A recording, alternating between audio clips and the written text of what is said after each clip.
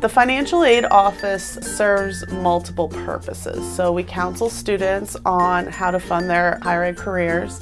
We guide them through the federal processes of submitting documents that might be requested, why they're requested by the government.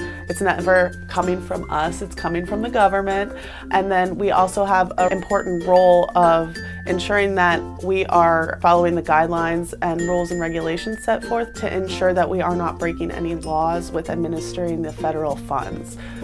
The financial aid process is begun by completing the FAFSA, which stands for the Free Application for Federal Student Aid. We offer many workshops per month. That's found on our websites under the financial aid section, Paying for College. So we assist students with completing the FAFSA. The FAFSA can also be completed at home or on a computer as long as it's connected to the internet. So typically, we don't run into any issues with receiving the aid as long as the student has met all their financial aid requirements. The only time that really comes into play is if a student is transferring. Like if one school reserves the aid, but the student transfers, that can create an issue with the new school receiving the aid. Nothing that can't be fixed. But we always recommend that if you have any issues, please come talk to us. We run reports to pick up students based on who needs to be processed and things like that, but sometimes students are missed. If it's taking a long time, if you're not seeing movement for weeks, please come talk to us and let us know, and we can always figure out what's going on.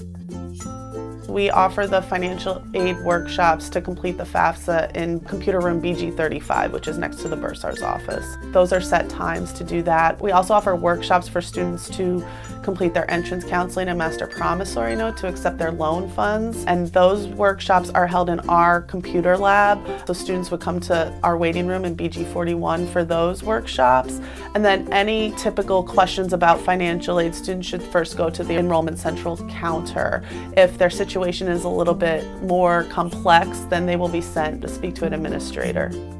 The priority deadline for FAFSA completion is April 15th. To avoid the long lines and have a more seamless experience with receiving your financial aid and make it a lot less frustrating, please start doing it during the spring semester because it's a lot easier to access administrators and receive individualized help if you start the process early. So that's my main suggestion. It's also very important that students check their CCP emails. That's the email address that we communicate to.